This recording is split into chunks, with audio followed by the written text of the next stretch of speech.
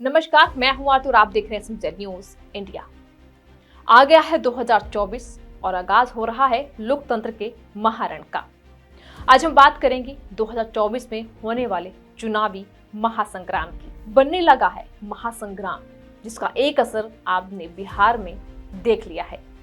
इस बार चुनावी दलों का क्या होगा गणित? इस बार लोकसभा चुनाव में चुनावी दलों और सत्ता पक्ष की क्या होंगी रणनीतियां? क्या होगा चुनावी गणित?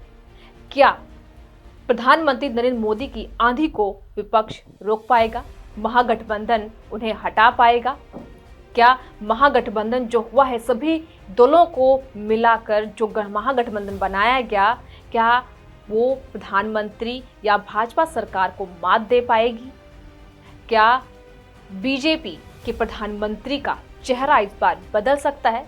या फिर यूं कहें कि क्या विपक्ष महागठबंधन अगर प्रधानमंत्री चेहरे का ऐलान कर दे, घोषणा कर दे, तो क्या हो सकता है कोई बड़ा धमाका?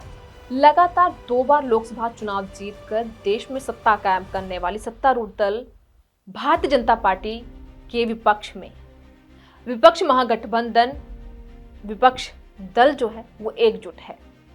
वो इस उम्मीद में है कि इस बार लोकसभा चुनाव के दौरान भारतीय जनता पार्टी की सरकार को हटाया जाएगा, उन्हें मात दी जाएगी, क्योंकि केंद्र में बैठी बीजेपी की सरकार तानाशाही पर उतर चुकी है, जनता की आवाज को दबाने पर उतर चुकी है। देश की चीजों को बेचा जा रहा है और बेचकर उसका निजीकरण कर रही है। यहां तक कि भाजपा की सरकार ने जो भी वादे किए हैं वो आज तक पूरा नहीं किया है।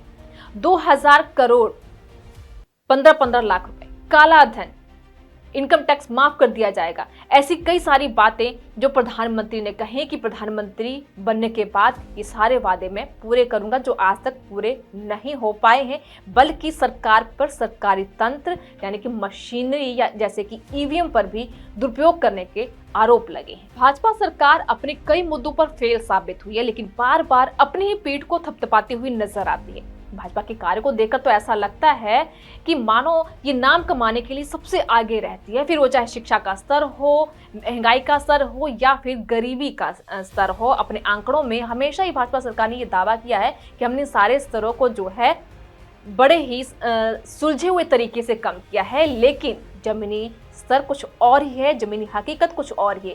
ना तो महंगाई कम हुई है, ना ही शिक्षा का स्तर ऊंचा हुआ है, ना ही गरीब लोग जो हैं वो सही तरीके से अपना जीवन गुजार पाते हैं। यहाँ तक कि भाजपा की सरकार अपने वोटों के लिए सत्ता को हथियाने के लिए धार्मिक भावनाओं का भी सहारा लेती है, धार्मिक भावनाओं को भड़का कर सत्ता कायम करने की कोशिश करती है। और जहाँ सहारे की हम बात करते हैं तो ये आपने अयोध्या में खुद अपनी आंखों से देखा है।